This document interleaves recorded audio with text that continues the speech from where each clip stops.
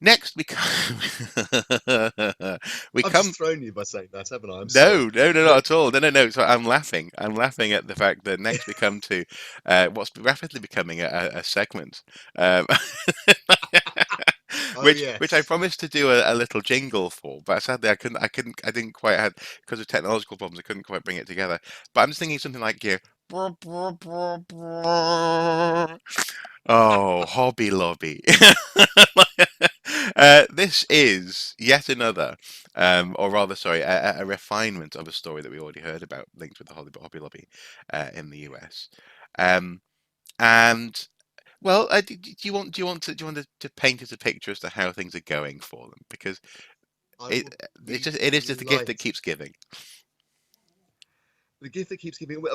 We should, we've just had a whole slew of bank holidays in England. Not that you'd have noticed with the lockdown, but I think we should declare a holiday every time Hobby Lobby appears in the news because otherwise we'd never do any work. It'd be fantastic. Yeah, Um, but no, exactly. the latest in the saga of the Hobby Lobby, and it relates particularly to the quote Gilgamesh Dream Tablet, which is a fragment, a cuneiform tablet Hmm. that was apparently found in Iraq, that was allegedly illegally exported to the United States, um, and was purchased by the Hobby Lobby, who had more money than, I won't say cents, but certainly had more money than they were able to apply to checking provenances, um, to fill the Museum of the Bible in Washington. Hmm. The Green family of DIY entrepreneurs and uh, perfectly respectable belief fundamentalist Christians were wanted to stock this new adventure. There's the Museum of the Bible, and proceeded to basically buy up the stock. It would appear of most of the dodgy antiquities dealers in the Western world, allegedly. Um, anyway, no, I jest, I For some jest. reason, I am imagining hungry, hungry hippos. Just like, ow, ow, ow. Go ahead. Cut to the chase, Brockman. Cut to the chase. Um, the Gilgamesh tablet was purchased from, we now know, Christies, the famous international auction house, the people that bought you the sale of Sechem Car. Um, Thoroughly respectable auction house, been around for decades, hundreds of years, even more than 100 years. Thoroughly established. They have offices in London and Washington. Hmm. Operate completely legally all the time, I have to stress. Hmm. Um, have basically been accused of, in the United States court action by the Hobby Lobby, of selling the Gilgamesh tablet by private treaty under false pretenses, having not properly checked its faked provenance. Mm. Um, I said to somebody the other day, this is like one of those stories where you want both sides to lose, Mm. because the Hobby Lobby were utterly reckless in their buying policy. They had no concept of provenances. They appear to have, say, provided gainful employment to most of the document fakers in the Middle East at various points over the last 10 years. Hmm. Hmm. Um, but at the same time, they feel quite rightly aggrieved that a major international auction house, having decided that they couldn't put this particular artifact up for a public auction because its provenance was too iffy, it is alleged, then sold it by private treaty. Mm. Um, there is now, um, there are in fact two court cases going on in the States. One to have the artifact basically seized by the government and sent back to Iraq, and another one where Hobby Lobby are suing Christie's for the, well, various things.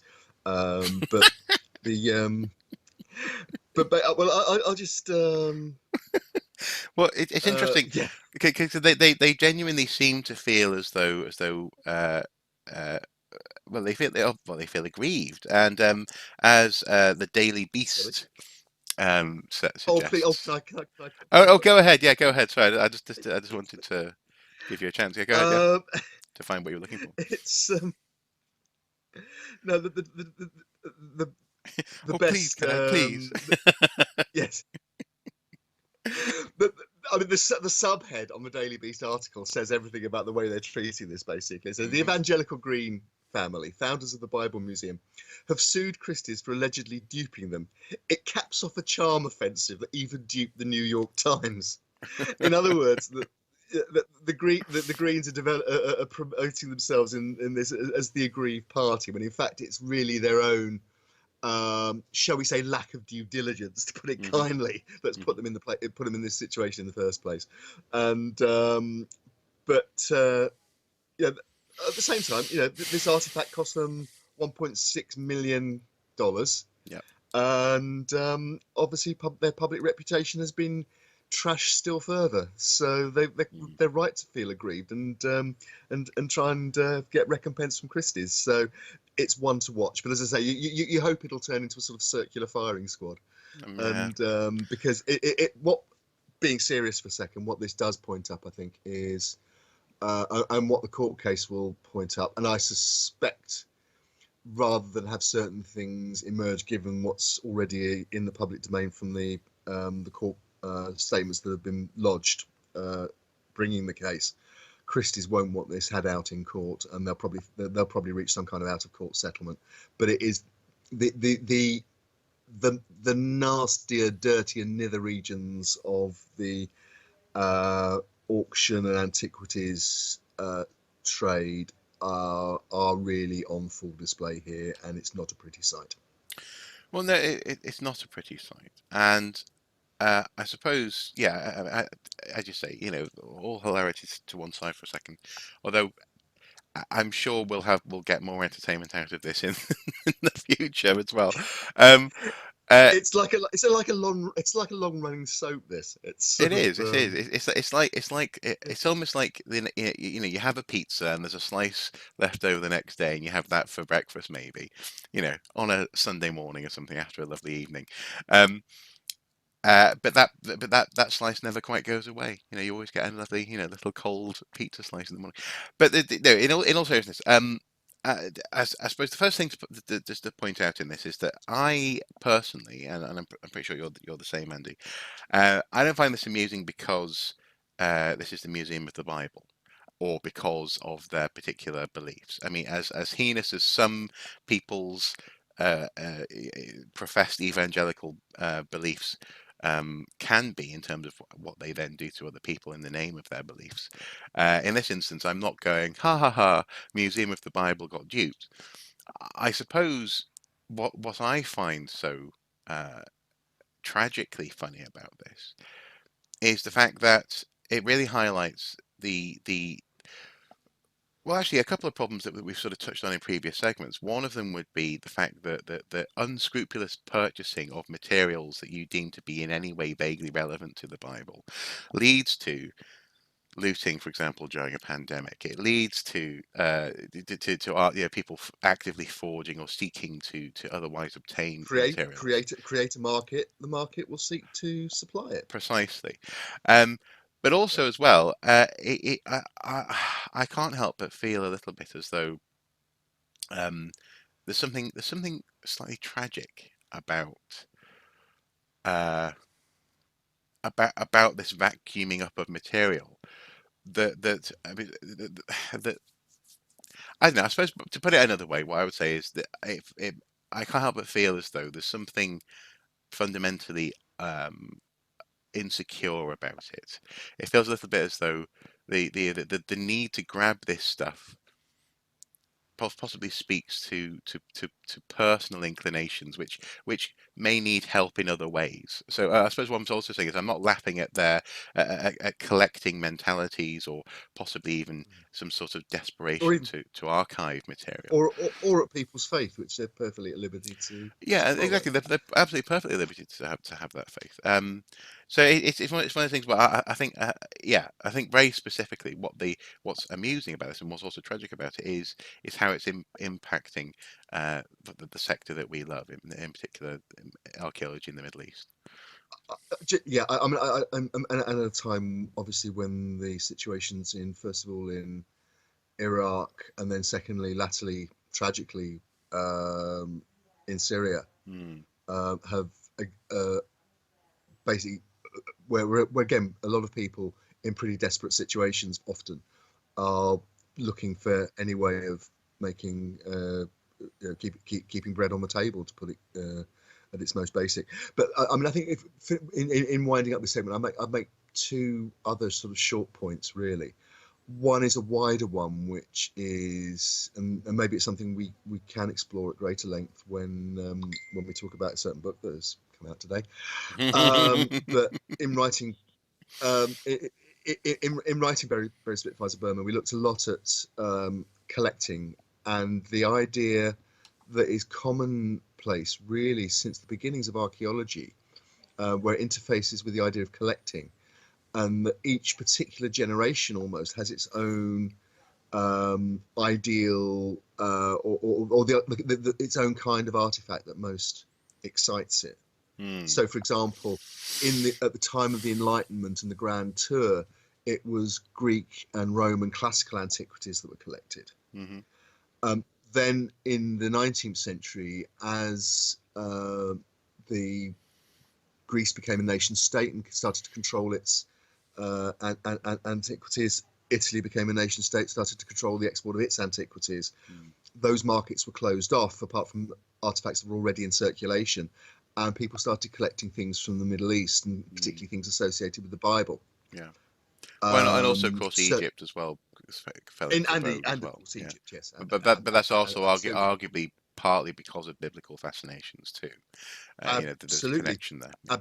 absolutely. But I mean, the earliest, I think I'm right in saying, because we looked at it at the time of Second Car, but the Second Car controversy.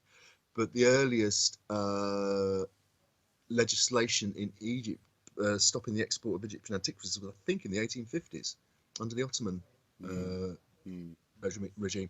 So Rings a bell. you know that this isn't in the sense this isn't a new story. What is new is the other aspect of this. And I do urge people to look at the Daily Beast article because it is very comprehensive at the same time as nailing several of the issues, including perhaps an alleged hypocrisy is the wrong word, but it certainly identifies the Museum of the Bible's PR campaign Hmm. because it points out that what the Museum of the Bible has done over the last year is try and recast itself as the victim, not the villain. Mm. Um, and it talks as well about the way that a lot of their press releases even echo Christian um, uh, beliefs of repentance and rebaptism. Yeah.